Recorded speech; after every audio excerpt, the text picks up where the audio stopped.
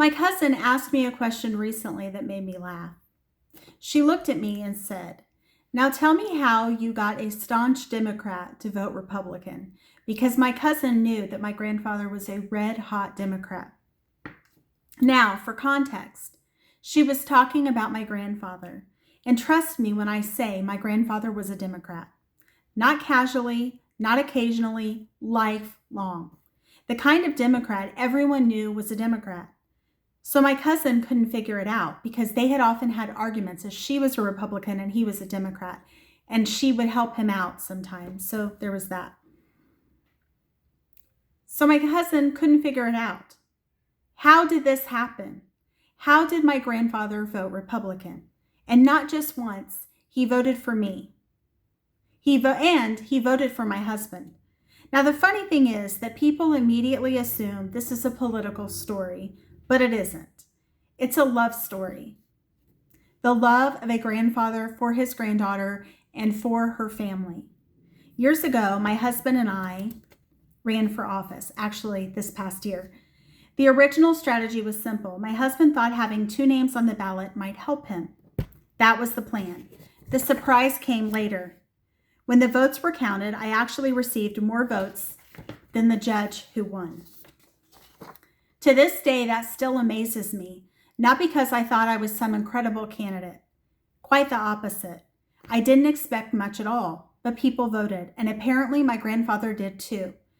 My cousin couldn't understand it because as she was looking at it through a political lens, I was looking at it through a family lens, looking at it through the lens that was my grandfather, who always showed me unconditional love, who always encouraged me, who always believed in me, who always showed me that he loved me in various forms and fashions. You see, my grandfather wasn't casting a vote for a party. He was casting a vote for his granddaughter. The older I've gotten, the more I appreciate that distinction. Politics changes. Parties change. Issues change, but loyalty remains. My grandfather flew to my Florida Supreme Court swearing-in ceremony. He saved my graduation materials. He saved calendars I made, which I would make them yearly. He talked about me when I wasn't in the room.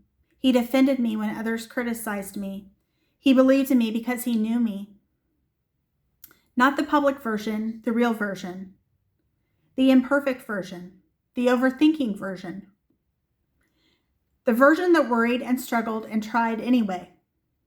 And because he knew me, he believed in me. That's why my cousin's question made me smile. Because the answer is actually simple. I didn't convince him to vote Republican. Love convinced him to vote for my family. And honestly, that's one of the greatest compliments I've ever received. Not the vote itself, the confidence behind it. Because what he was really saying was, I believe in you. I believe in your husband. And long after elections end, that's the part that matters most. Has someone ever believed in you before you fully believed in yourself? Tell me about them below, because they definitely deserve a shout out. Thank you for tuning in to Grace and Gavel, where truth meets compassion. My name is Buffy. I'm an almost 18-year criminal defense attorney.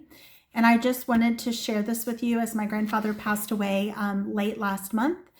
And so just talking about him is somewhat therapeutic for me. So if you have somebody like this in your life, be sure and cherish them and give them love because, love like that only comes around so often and we have to learn to appreciate it. So thank you so much. If you got value in this, please feel free to check out Grace and Gavel or Recovering Perfectionist Mama. And I hope that you'll come back and see me again soon. Have a great day. Bye-bye.